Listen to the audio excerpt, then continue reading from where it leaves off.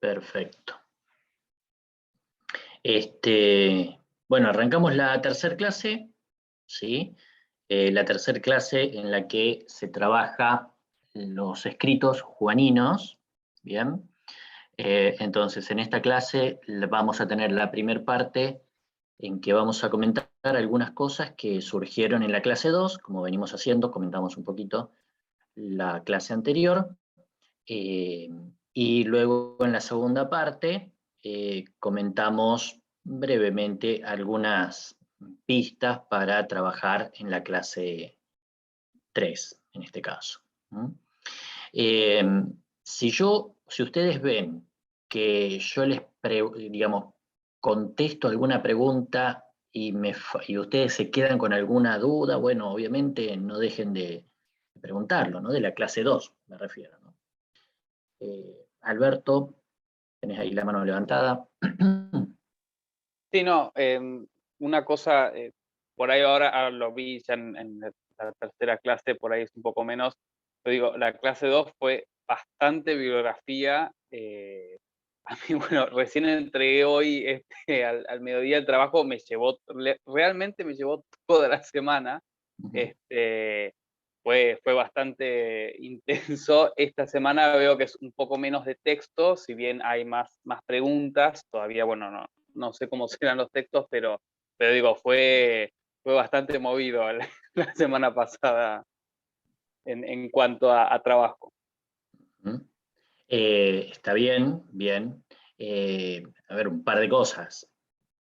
Estamos cursando una licenciatura.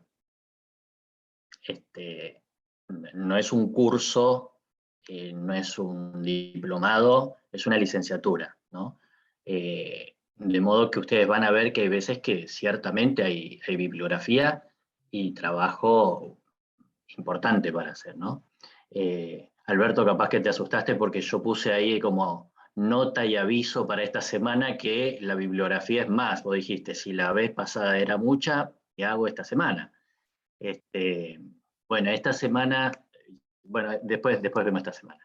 Pero, bueno, tengamos en cuenta esto, igual creo que los que están acá, más o menos, por lo que estoy viendo, llevan bien la materia. Están llevando bien. No, por eso digo, no hay que dormirse, o sea, no hay que Exacto. hacer eso de decir lo hago 2, 3 días antes, porque realmente si no llegas ni a comprender bien los textos, ni a poder responder obviamente las preguntas, pero digo, hay que hacerlo de a poco, porque lleva su tiempo. Más que nada por eso digo, no hay que dejarlo realmente. Genial, sí, tal cual. Y sumo a lo que decís, Alberto. Mientras antes lo hagan, más van a poder ver los foros de las otras personas, las preguntas, digamos. Aprovechen el debate que se pueda armar en el foro, ¿sí? De hecho, lo están usando. Con lo del Padre Nuestro me parece que fue bastante leído, ¿no? Entonces me parece que está bueno hacerlo lo antes posible, meter la opinión, y si quieren después volver a meter otra opinión, genial también, ¿no? Yo estoy entrando lunes, miércoles y viernes. ¿Eh? Lunes, miércoles y viernes, yo entro a... Raúl, no sé si estás tratando de mandar un mensaje telepático que te tocas así la cabeza o... Debe ser telepático porque como no se te escucha estás tratando de mandar algo, pero no me llega, digamos, no estoy manejando bien la telepatía, así que vas a tener que escribirlo o utilizar algún otro método. ¿Ahí sí o no? Ahí va, sí. Ahí sí. No, yo tenía la sensación en esta y en antiguo que de leer antes de participar y que por eso participaba capaz que más tarde. No sé si es un error, vos lo estás proponiendo No, hacer... está bien, está bien. Está bien, sí, qué sí, sí, bien. sí, sí. Igual fíjense Pero eso ustedes lleva que tiempo por ahí, sí. sí, hay como dos, por lo que yo estoy haciendo, por lo menos hasta ahora, el foro es algo más de diálogo, ¿sí? Más de intercambio, y lo que son las tareas o las actividades que ustedes leen y escriben, eso es algo personal, y es lo que a mí me da la pauta de que ustedes están leyendo, ¿verdad? Y que ustedes están incorporando ese saber, ¿no? Ese conocimiento. Son como dos obviamente la actividad no vas a poder hacerla sin leer, ¿no? Esto, claro, es así, sí. Pero el foro, por ahí, No, como es el Padre, por ejemplo, vimos el Padre Nuestro y no había que leer nada, había que leer el Padre Nuestro y compararlo, meterse ahí, ¿no? Y por ahí, con eso podemos arrancar, ¿eh? Con lo del Padre Nuestro. Ustedes ven que nosotros tuvimos como actividad en esta semana hacer también una comparación sinóptica. La clase pasada ya pusimos algunas ideas, algunos de lo que era una comparación sinóptica. La propuesta siguiente fue, bueno, analizar un texto que para nosotros es muy conocido, pero uno diría muy conocido en qué versión, ¿no es cierto? Entonces, bueno, ahí está la propuesta. En general fueron muy buenas observaciones. Cuando hubo algunas, yo les sugerí mirar algún lugar, ¿sí? Yo voy a comentar solamente algunas cosas que por lo que recuerdo, no fueron comentadas. En primer lugar, no me acuerdo quién, no importa esto, preguntaron si estaba en la fuente Q, el Padre Nuestro. ¿No? Ustedes se acuerdan, fuente Q es la fuente de dichos de Jesús utilizada por Mateo y por Lucas. A lo cual hay que agregar, y por Tomás, por el Evangelio de Tomás. ¿Sí? El tema es que el Padre Nuestro no está en el Evangelio de Tomás. Entonces, textos como este empezaron a suscitar algunas preguntas. ¿Qué pasa con esos textos que tienen Mateo y Lucas, pero no están en Tomás? Y que evidentemente lo están copiando de una fuente escrita, ¿verdad? No es una fuente oral. Esto también apareció en algún foro. Es una fuente escrita. ¿Por qué? Porque están copiados. No es un escuchar de una fuente oral. Están copiados. Están leyendo una fuente escrita, por eso es que lo copian tan parecido. Entonces, esto trajo algunas preguntas. ¿Sí? La hipotética fuente Q, ¿puede haber tenido diferentes sustratos? Entonces se empezaron a armar teorías de sustratos de la fuente Q. Es decir, la fuente Q no fue un documento, pum, hecho y así quedó, sino que tuvo sustratos. Entró una fuente Q, después se le agregó, se le quitó, y según el momento en el que la leen Mateo, Lucas y Tomás, es lo que comparten. ¿Sí? Otra teoría es, bueno, esta oración le gustaba a este y no al otro. Bien, puede ser, ¿no es cierto? Entonces, hay ahí, como la fuente Q es una recomposición hipotética, nos cuesta a veces, ¿sí?, decir con certeza, esto estaba en la fuente Q. Aparece en la Didache el Padre Nuestro. La Didache es un escrito, pueden acceder a él en internet, está disponible muy fácilmente también como el Evangelio de Tomás. Aparece el Padre Nuestro en la Didache. Aparece muy cercano a Mateo, por no decir prácticamente calcado. Pero bueno, esto también es para que veamos. Entonces tenemos como 3 lugares. Esto en cuanto al contexto amplio de intertextual, digamos, la intertextualidad del Padre Nuestro.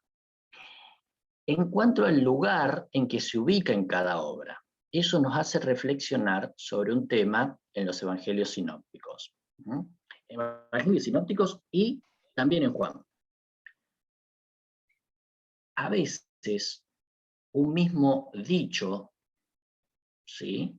Por ejemplo, bueno, esto no es un dicho, es un texto, como el Padre Nuestro, puede aparecer bastante similar, pero en diferentes lugares de la obra.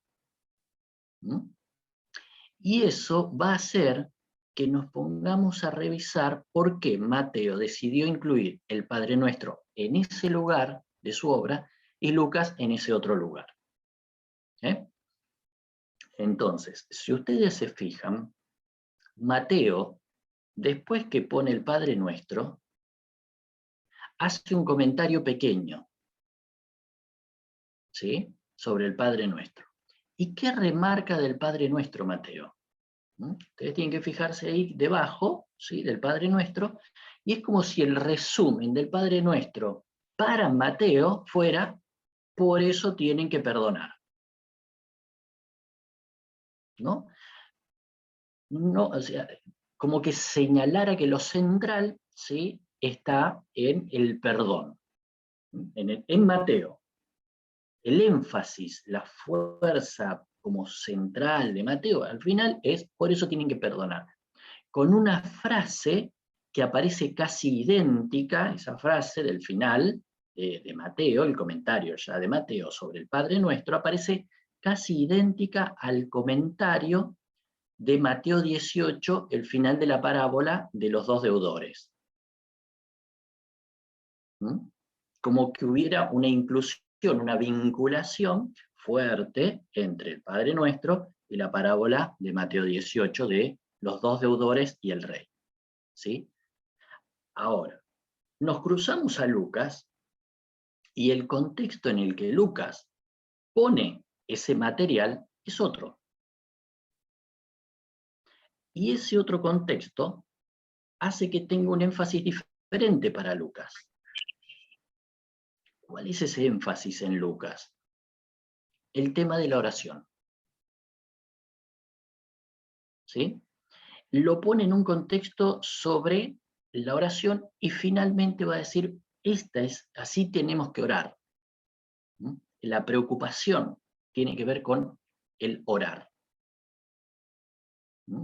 Entonces, fíjense, esto pueden prestar atención a diferente, por ejemplo, ahora que vamos a tomar el texto de Juan, si ustedes se fijan, hay un momento en que Jesús entra al templo en Jerusalén, ¿no? ¿Se acuerdan que se ve las mesas de los comerciantes, ve todo y se vuelve loco y patea todo y se enoja, ¿cierto? Los sinópticos ubican ese pasaje al final. Acuérdense, esquema sinóptico. Galilea, camino a Jerusalén y en tercer lugar, Jerusalén. Jerusalén, una sola vez en la vida, entra Jesús y lo matan. ¿Sí? Por lo tanto, en el esquema sinóptico, ese evento no puede estar en ningún otro lado más que en el final. Cuando uno agarra el Evangelio según Juan, ese texto está en el capítulo 1. Es una de las primeras cosas que hace Jesús. Uno de los primeros eventos. ¿Sí? Entonces, ¿sí? Ahí vemos cómo en los sinópticos ese evento tiene una lectura determinada.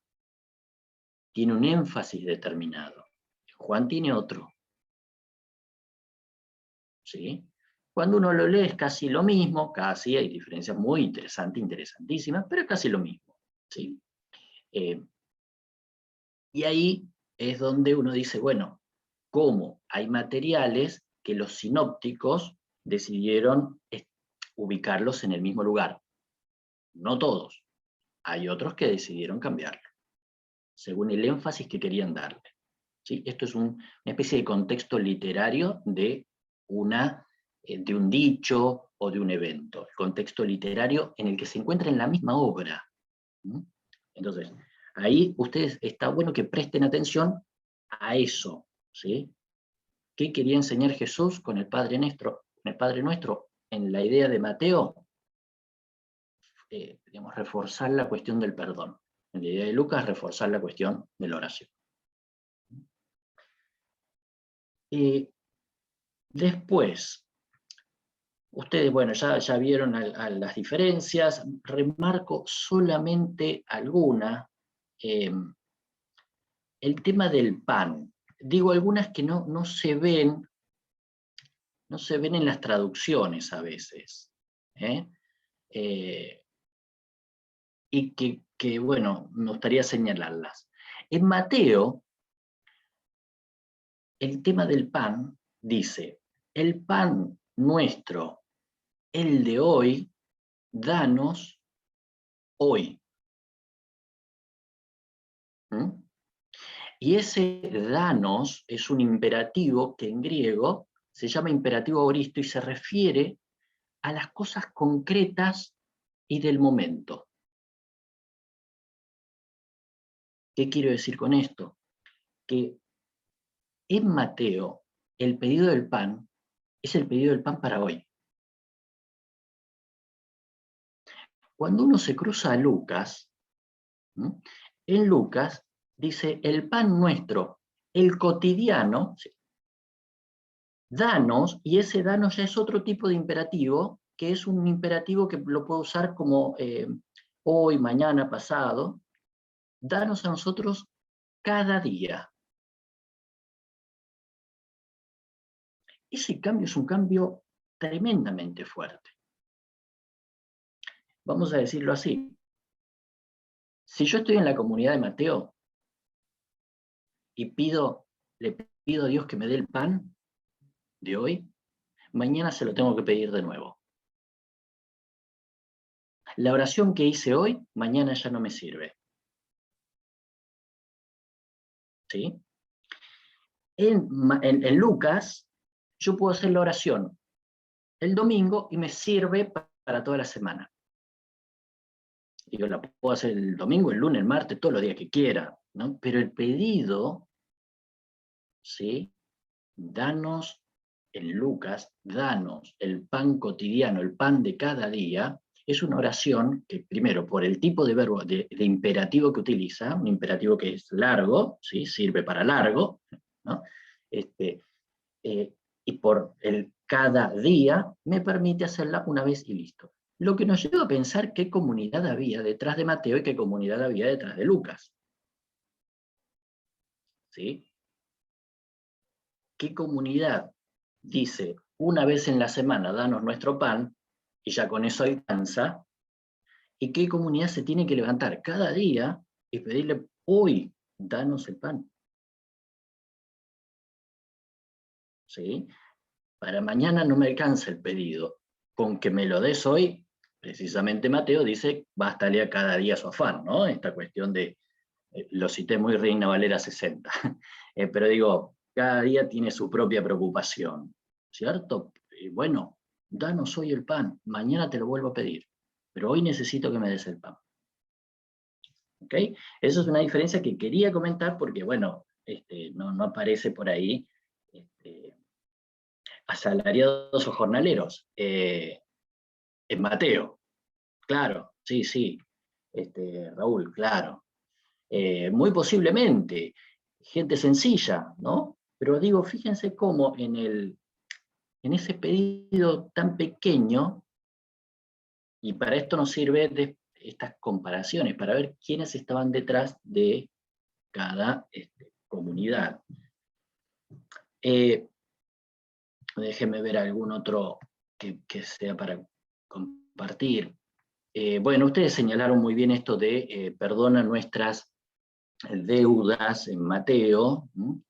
Y en Lucas perdona nuestros pecados, dos palabras totalmente diferentes en griego, ¿sí? En Mateo dice, como también nosotros hemos perdonado. Y en Lucas dice, porque también perdonamos. Fíjense que hay un cambio muy interesante. Mateo lo utiliza como utiliza un comparativo. Perdona nuestras deudas como nosotros perdonamos. Como nosotros hemos perdonado, perdón. Y Lucas dice, perdona nuestros pecados porque nosotros hemos perdonado nuestras deudas. ¿Sí? Después ustedes empiecen a hacer toda la reflexión teológica que quieran. Lo primero, siempre lo primero, es trabajar con el texto, alejarlo y hacer este trabajo literario. Y después sí hacer las reflexiones. Lo que a veces solemos hacer es hacer una cantidad de reflexiones y no mirar el texto. ¿Sí? Este trabajo que yo les propuse es Miren el texto con mucho cuidado, ¿sí? Después vienen todas las reflexiones teológicas, ¿sí? Que inspiran la teología del texto y también inspiran nuestra vida, obviamente, ¿sí? Pero si no hago este primer camino, lo estoy obligando al texto a que me diga lo que yo quiero que me diga. ¿Mm? Y una última cosita que quisiera agregar es que está en Mateo, pero no está en Lucas. Digamos, Lucas cierra y no nos metas en tentación, y Mateo, lo dije bien, Lucas dice no nos metas en tentación, y Mateo dice y no nos metas en tentación, sino libéranos, y ahí aparece la cuestión, libéranos del malo. ¿Mm? Por lo menos a mí me gusta traducirlo así. ¿Por qué? ¿Y por qué Mateo es el que tiene Mateo y la Didache, ¿por qué tienen este pedido? Líbranos, libéranos del malo, y no del mal. Nosotros cuando lo oramos decimos, líbranos del mal, ¿verdad? Esto es una concepción muy griega, ¿sí? Esta idea del mal, ¿qué es el mal? ¿Qué es una entidad? ¿Qué es el mal? Mateo es muy concreto como es concreto el pensamiento semita. Yo no le voy a pedir a mi Dios que me libere del mal, porque no sé dónde está el mal, ni sé quién es, ni cómo se llama, ni qué me puede hacer, ni dónde me lo voy a encontrar. Pero sí le pido que me libere del malo. Entonces, eso Lucas no lo tiene, y la comunidad de Mateo, que yo creo que hay una comunidad de gente bastante golpeada, excluida, sus pedidos son muy concretos. Danos el pan hoy, ¿sí? Libranos del malo.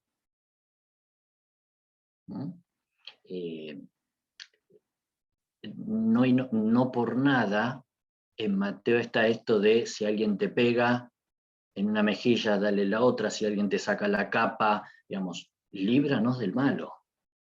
Lo primero que te pido, si nos encuentra, bueno, nos encontró, pero te pido que nos libres del malo. Entonces, fíjense ahí cómo hay otras cositas que yo quería agregar, aparte de las que ustedes compartieron. Bien, esto en cuanto al Padre Nuestro. Hubo una pregunta, la copio, porque precisamente me la copié para acordármela bien.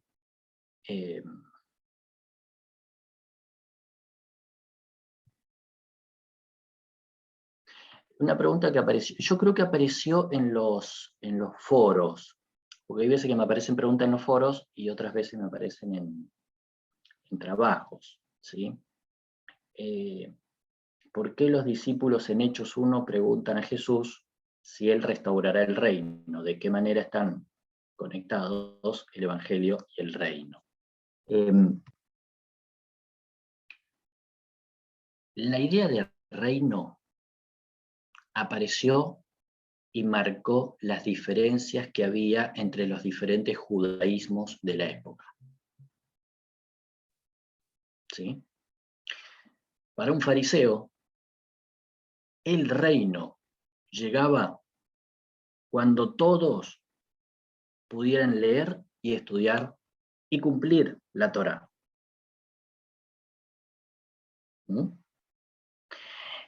Para un saduceo, el reino llegaba cuando se cumpliera efectivamente, ¿sí?, los rituales que se hacían en el templo. Por supuesto, en una sinagoga no hay rituales, entonces había que hacerlos en el templo, y llegaba el reino. Para alguien como Juan el Bautista y todo este movimiento de bautistas, ¿no?, de este judaísmo más popular. ¿Cuándo llegaba el reino? Cuando cambiaran de actitud. Por eso la primer predicación de Juan el Bautista, que después Jesús la toma, es: el reino de Dios llegó. No había que hacer nada para que llegara. El reino de Dios llegó, se ha acercado. Cambien, arrepiéntanse, ¿no? Y crean en las buenas noticias. ¿Sí? Lo mismo, digamos, ¿qué pensaba un apocalíptico, el judaísmo apocalíptico sobre el reino? Que no podías hacer nada para que llegue. El reino te lo trae Dios. Entonces, la cuestión del reino, la pregunta por el reino, era una pregunta que diferenciaba los judaísmos existentes en la época de Jesús. ¿Qué tiene que ver con el Evangelio? Bueno, por ahí, si uno quiere, el Evangelio, la buena noticia era que el reino lo había traído Dios. ¿Qué es lo que anuncia Juan? Y después lo trae Jesús. El reino está. Ahora, también Jesús se va a ocupar de contar una cantidad de parábolas del reino que muestran que ese reino es una crisis, que ese reino está metido en la historia provocando constantemente crisis de paradigmas, crisis de todo. ¿Sí? Entonces, para los que esperaban el reino como un reino de paz, de tranquilidad, etc., Jesús está diciendo: el reino se ha acercado, y ese acercamiento al reino provoca crisis. Crisis que permiten, o que buscan, o que intentan dejar estructuras de opresión para encontrar estructuras sanadoras. Entonces ahí estaríamos viendo un poco la vinculación, si se quiere, entre reino y evangelio. ¿Sí?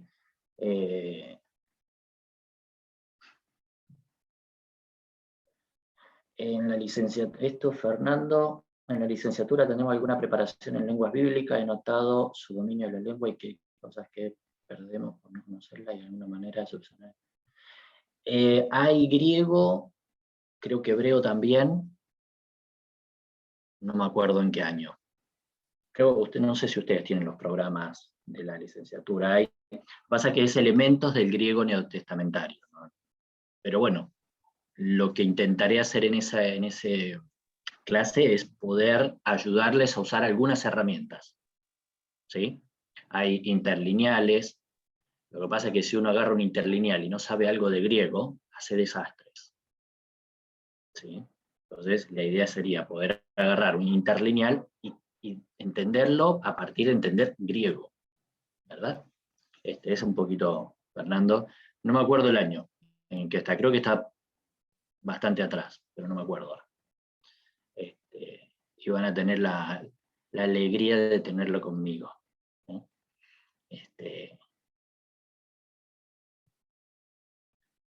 Jenny se ríe porque ella creo que estuvo conmigo en ICEDET griego, así que sabe. Pero estuvo bueno, puedo darte. Bueno. Bien. Bien, esas son las dos cosas que yo quería marcar. No sé si hay algo que les haya quedado de la clase. Ahora que veo a María Luz, ella hizo una pregunta en el trabajo, yo creo que te la contesté, María Luz. No me acuerdo qué pregunta era, en tu trabajo. No he revisado todavía la respuesta. Bien. No, pero creo que era sobre la fuente Q. Sí, me ha costado entender qué es la fuente Q. Ok. Bueno, ahí está bueno que vuelvas a releer, ¿no? La fuente Q es una fuente hipotética. Gustavo, te vi la mano levantada, creo que no, ahí termino. Es una fuente que se reconstruye a partir de encontrar textos de dichos de Jesús que son casi idénticos en Mateo y en Lucas. Entonces, cuando quienes investigaban dijeron, ¿cómo puede ser que Mateo y Lucas y otro evangelio que no está en el canon, que se llama Evangelio según Tomás, también tenía esos dichos? Dijeron, 3 grupos diferentes leyeron algo, porque no pueden haberlo escuchado y copiado tal cual. Entonces estuvieron leyendo algo. Eso que leyeron no lo encontramos todavía, pero suponemos como hipótesis que tiene que haber existido algo que llamamos una fuente escrita de dichos de Jesús. Lo usaron Mateo, Lucas y Tomás. Lo que encontraron fueron los escritos de Tomás. Sí, el Evangelio de Tomás está, sí. Mm. Eso está. Sí, sí.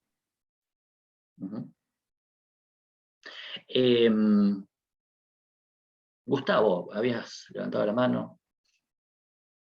Sí, profe, yo quería preguntar porque en Mateo, cuando habla de las fuentes, justamente que hablaban de las fuentes, habla de los logia. Quería saber quiénes eran, si me podía decir, porque medio que me perdí ahí. Bien, perfecto. En realidad logia es dicho. ¿Sí? No son las logias secretas, no. Logia es un dicho, ¿sí? Más bien, no es la logia masónica, Raúl. Más bien es, sí, viene de logos, pero es en plural, es dichos, y los logios. Claro, mirá, está bien, tenemos un masón acá, no me había dado cuenta. Y entonces, sí, son dichos, ¿sí? Lo que pasa es que hay fuentes de dichos diversas. La más grande, la que se ve más, es la de la Q. Pero Lucas también tiene su propia fuente de dichos, por un lado. Y Mateo también tiene su fuente de dichos por otro. ¿Sí? Entonces, cuando se arma Lucas, se arma con una fuente de logia dichos Q más una fuente de dichos Lucas, digamos, que tiene lo mismo Mateo, ¿no? Sería eso. En tercer año hay 2 espacios, sí, de griego bíblico y nociones. En tercer año, ok, bien. Gracias, Raúl. Tiene logos por mi apellido. Okay. ¿Nosotros podemos tener acceso a esa fuente Q o no? ¿Existe hoy? Perfecto. En realidad son reconstrucciones, ¿sí? Alguien que ocupó mucho tiempo haciendo reconstrucciones es, ahí se los pongo,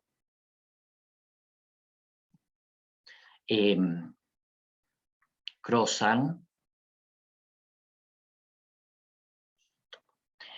Trabajó mucho reconstruyendo, tratando de pensar cómo habría sido esa fuente Q. Indudablemente es una teoría, y como teoría hay contrateorías, y hay teorías de las teorías, y hay quienes se oponen, entonces hay diferentes reconstrucciones, ¿no? A primera vista uno diría, bueno, pero es fácil, lo que está en Mateo, en Lucas y en Tomás es la fuente Q, lo copiamos y listo, ya está, ¿cierto? Ahora, ¿qué pasa cuando Tomás y Mateo se parecen y Lucas no? Estamos hablando de una fuente Q más temprana, ¿sí? Que después cambia, y cuando cambia lo conoce Lucas. Entonces empiezan a haber diversidad de opiniones en base a esas diferencias.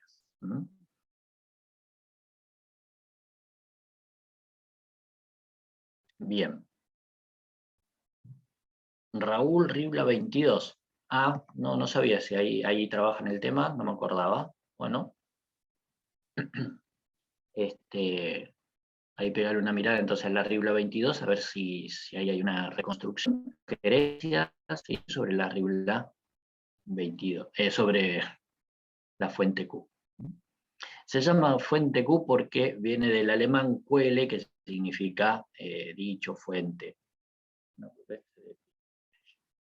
Leifmesh, ok. Bien.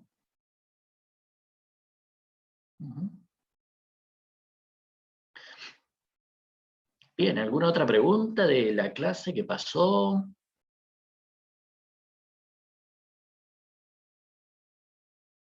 ¿No? Me paso para la clase que Una- viene. Una cosita más. Fernando. Ahí en Mateo, en el capítulo 6, usted dijo que Lucas se enfoca más en cómo orar o por qué orar.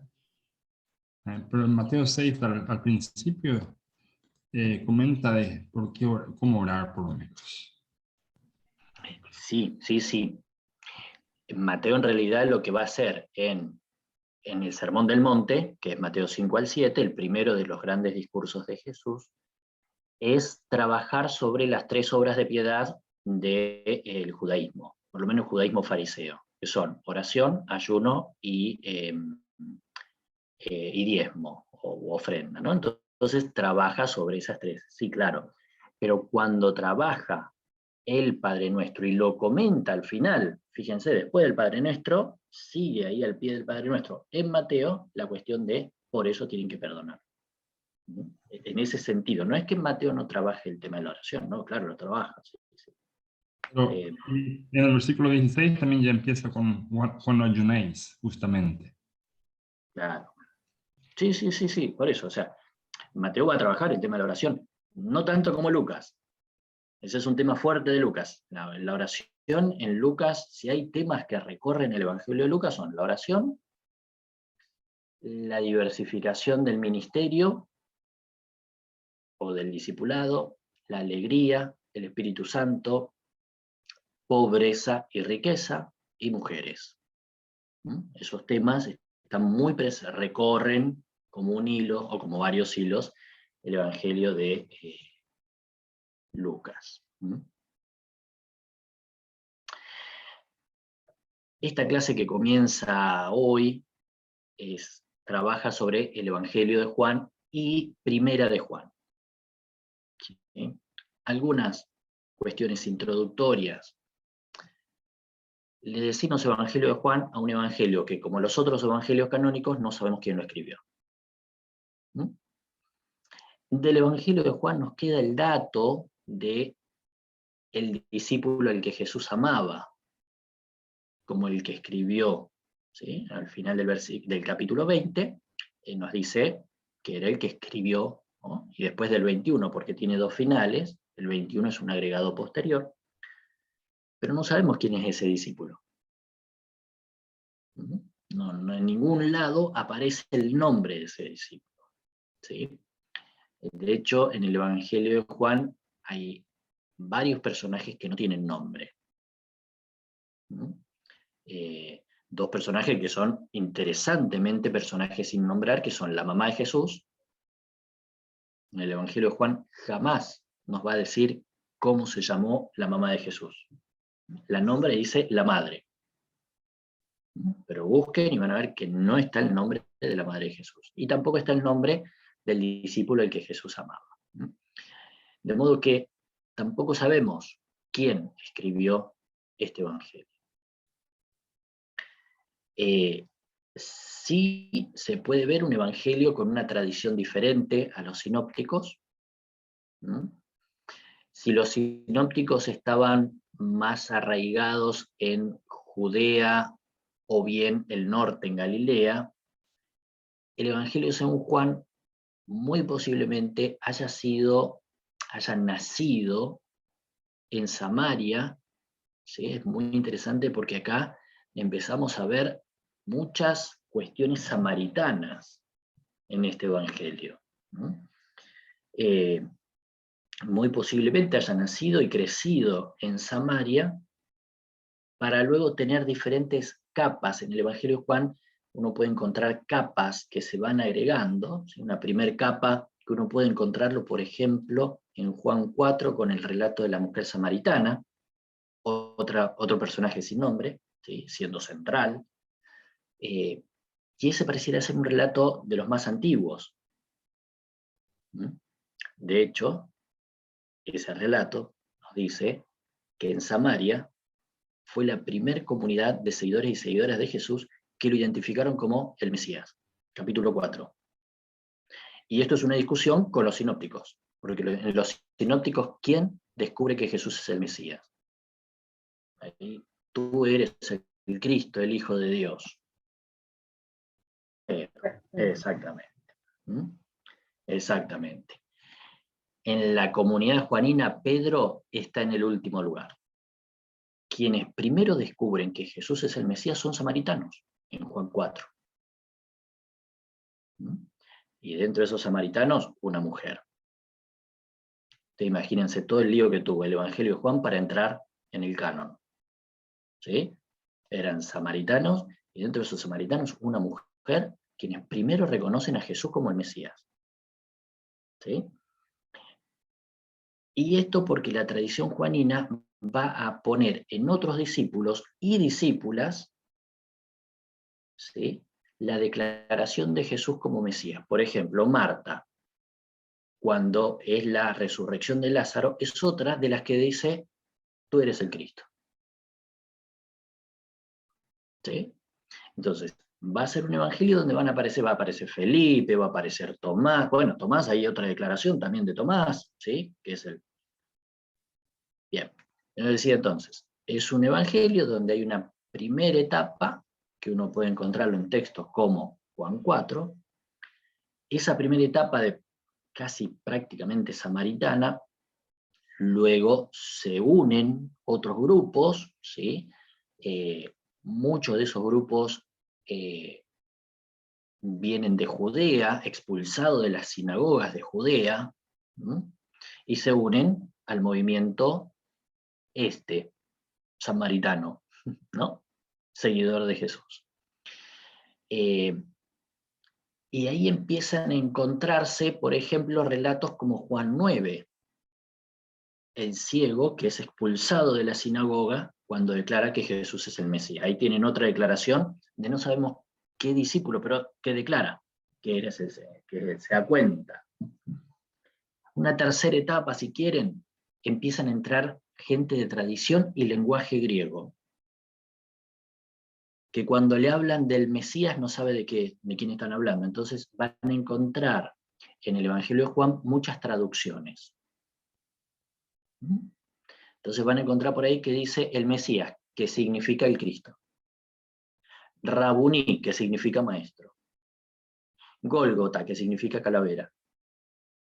Entonces, todas esas traducciones nos están hablando de gente que no sabía de qué significaba Cristo, Rabuní, ni calavera, ni Gólgota. ¿Sí? Entonces, hay que traducirlo para esta nueva gente que entró a la comunidad. Finalmente, una última etapa en que toda esta, porque había una discusión fuerte entre este movimiento juanino y el petrino, ¿no?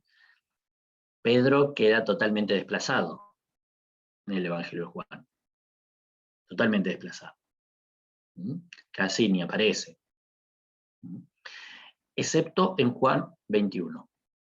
Ese agregado muy posterior, en donde Jesús le pide a Pedro que apaciente las ovejas. Entonces, se empieza a hablar de un acuerdo, de una armonía, de un arreglo entre las comunidades juaninas y petrinas, sellado con Primera de Juan. Entonces, fíjense qué complejo que es un evangelio, ¿no? Pero a la vez qué interesante, porque nos habla de un evangelio que estuvo vivo, no fue una cosa estática, sino que fue vivo, que estuvo dándole sentido a comunidades samaritanas judías griegas, que estuvo en discusión muy fuerte con la comunidad petrina, que después se amigan. ¿Sí? Es todo un proceso histórico que nos muestra este Evangelio de Juan. ¿Sí? Van a tener un texto para leer que un poco les dice esto, por ahí les dice alguna cosita un poquito diferente, bueno, no importa, créanle el texto, no importa.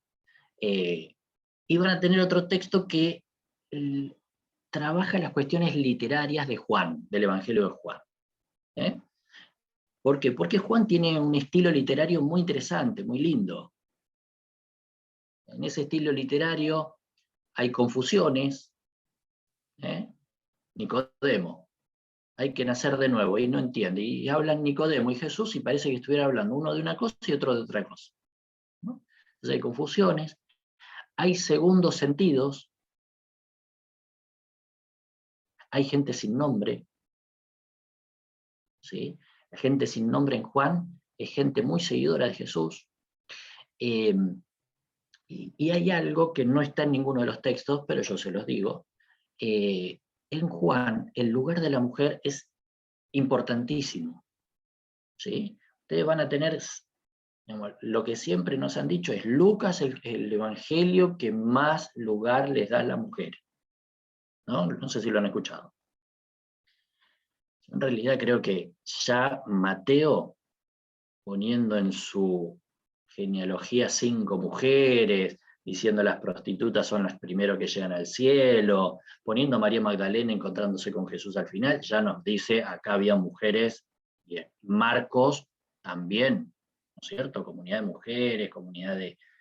¿sí? Entonces, y Juan también, ya les digo, las declaraciones de Jesús, como decía, empiezan con una mujer samaritana, otra mujer ahí como Marta, ¿sí? Marta y María, ahí en Juan 12, creo que es el texto del domingo, para que lo tengan ahí para ir revisando, ¿sí? La unción de Jesús. Y el final, en el final, María Magdalena se encuentra con Jesús y Jesús la nombra, y en ese nombrar María se da cuenta quién es, decir, muestra un encuentro muy fuerte, mucho más fuerte que los otros evangelios. Entonces, cuando les digan, Lucas es la mujer, bueno, en realidad digan, en todos los evangelios el lugar de la mujer es fuerte. De hecho, para mí en Lucas hasta hay veces que la mujer le da un lugar, pero las acomoda en un costadito, no es un lugar central. ¿Sí? La declaración de Jesús como Mesías era un conflicto que había entre los primeros seguidores de Jesús. ¿Quién es el primero que se dio cuenta? Para la comunidad de Petrina, Pedro. Para la comunidad de Juanina, ¿quién es? Ese discípulo amado que corre junto con Pedro, corren los dos, corren hasta la tumba, corren. ¿Quién llega primero? Pedro. Pero ¿quién entra y cree? El discípulo amado. Esas cosas tan sutiles nos muestran discusiones que había en las primeras comunidades, ¿no? El capítulo 8 también muestra... Sí, capítulo 8, claro, sí, aparece Jesús como samaritano, el capítulo 8, ¿no? Pero bueno, esto es como para que vayan como entrando en las lecturas con muchas ganas. Entonces decíamos, de Juan esto, ¿sí? El autor, la región, la época es una época extendida, ¿sí? Y los discípulos que van a aparecer en Juan son bastante diferentes a los que aparecen en los sinópticos, ¿no? Tienen 4 lecturas. Fíjense que el lugar de las bibliografías es lo mismo que la clase 2, ¿no? Hice 2 carpetas, una carpeta con, yo le pongo los originales, que están recortados, fotocopiados, qué sé yo, y otra carpeta que dice, estos son los verdaderos textos para leer y todos los que están en la otra carpeta. Esos textos son los que tienen que leer, que son los que hizo Ángel. Ángel se tomó el tremendo trabajo de copiar esos otros textos que están mal recortados y todo, y los puso bien prolijito y todo. Bueno, métanse en esa carpeta. En la carpeta, no sé, después si quieren sacar página o algo y quieren ir a los originales, vayan. Pero, no sé, creo que hasta las páginas copiaste, Ángel, ¿no? Pues seguiste las páginas. El pasaje de la mujer, no sé, en adulterio. A ver. Ah, bueno, no, claro. Perfecto, ahí va. Ese es el capítulo 8 que vos te referías entonces. Está bien. Que sería 7:59 al 8, no me acuerdo cuánto. Claro, ese es un pasaje totalmente insertado.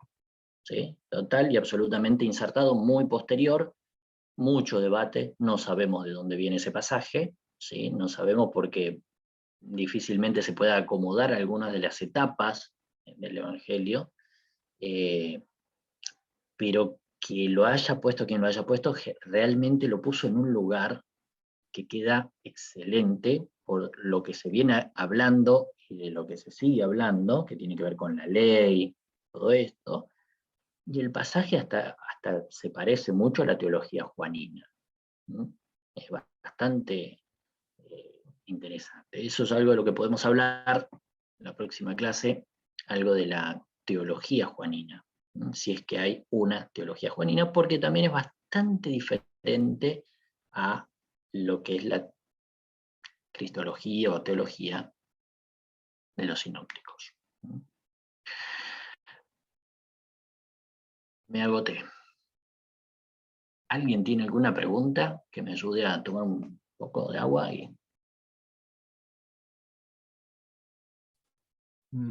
Leí un poquito de Koster y él habla de ciertas comunidades protonósticas o gnósticas directamente en la formación del Evangelio. Y yo que por ahí vengo de una tradición un poco más, digamos, espiritualista, por así decir. Alguna vez me gustó encontrar ese papirito que está del siglo, datado entre el 80 y el 120 del Evangelio de Juan, que desubica toda esa teoría. ¿Cómo se puede pensar? ¿Se entiende? Hay un pequeño pasaje que alguien encontró que está en un... El en un papiro museo oriental. 75. Sí, el papiro Sí, 75. exactamente, sí. Y decir, tan temprano, 80, 120, se equivocaron en el carbono, no creo. Pero todo ese tiempo ya fue el de la formación de... ¿Se entiende? De ese pensamiento, porque en un momento, en esto del canon, a veces se puso, lo decíamos la otra vez, como un poco de defensa contra el pensamiento gnóstico. ¿Y cómo entraron estos evangelios? Entonces, digamos, no entraron otros, obviamente, pero a mí me hizo un poco de ruido esa. Puede ser que porque justamente como empieza Jesús, bueno, es bastante como previendo el gnosticismo, como que había unas raíces de ese pensamiento, pero a este Jesús lo tocamos y habitó entre nosotros. Y digamos, ahí no me suena tan gnóstico, me suena más quizás lo contrario, o previniente. Bien. El tema gnosticismo, hay mucho para leer del gnosticismo, ahí les pongo uno que a mí une en realidad.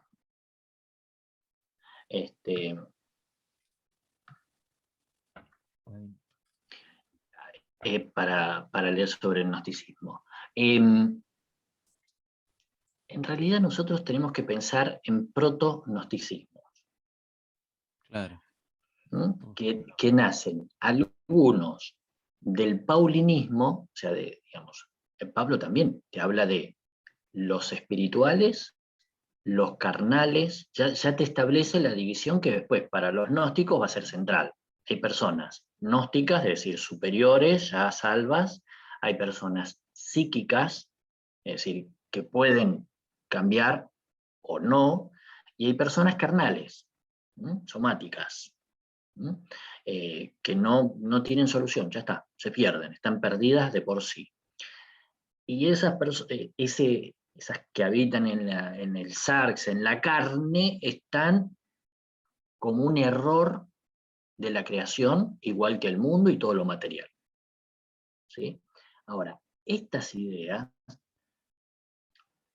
empezaron a surgir, si se quiere, empezaron a pensarse, por un lado desde alguna tradición paulina, y por otro lado de tradiciones juaninas.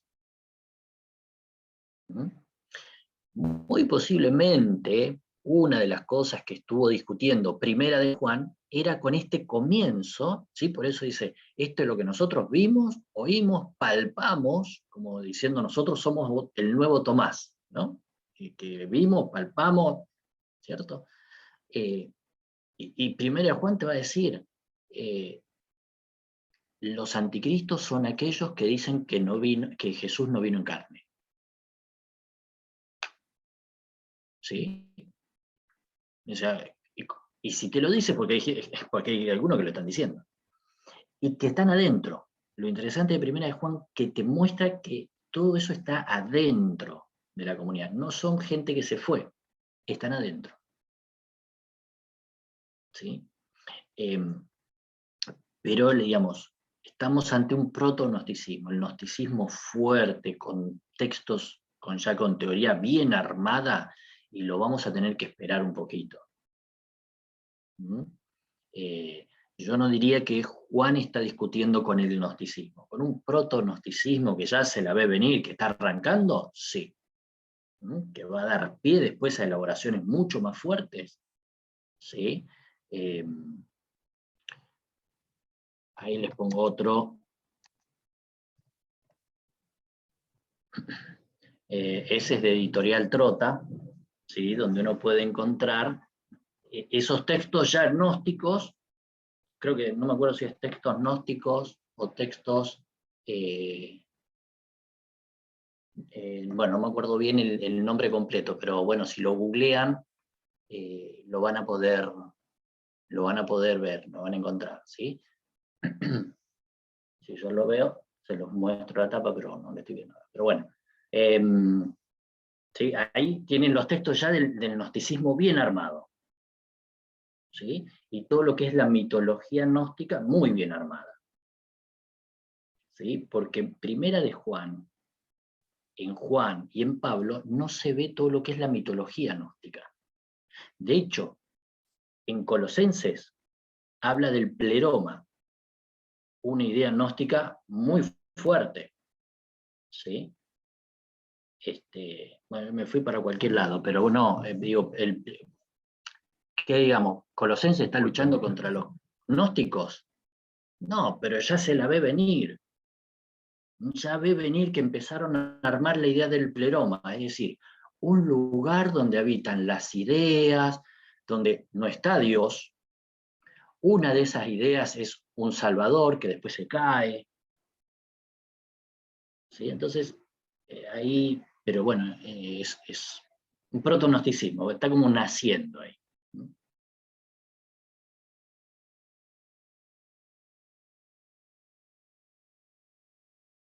Bien. ¿Quedamos entonces?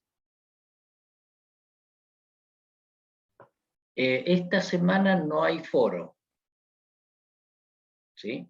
Además hay un foro de preguntas, no tienen que participar. Yo las preguntas que ustedes hagan en el foro, ¿sí? Dice foro por si alguien no entendió, no me acuerdo cómo decía. La idea es que ustedes pongan esas preguntas para que las trabajemos en la clase. Eso a mí es algo que me interesa más que contestarla a menos que haya algo que uno que tenga que contestar ahí mismo, qué sé yo, no sea muy largo. ¿Sí? Pero si no, me parece más interesante conversarle y tomarnos este tiempo. ¿Sí? Pero no es un foro como el del Padre Nuestro y eso que tienen que trabajar en el foro. ¿Sí? Esta vez es solamente entrega de trabajos de lectura. Muy bien. Si no hay otra pregunta, comentarios. No. Nos estaremos viendo el próximo viernes a las 8, a las 7. Próximo viernes a las 7. Bien, que tengan un buen fin de semana. También. Gracias, profesor. Gracias. Hasta luego. Chao. Gracias a todos.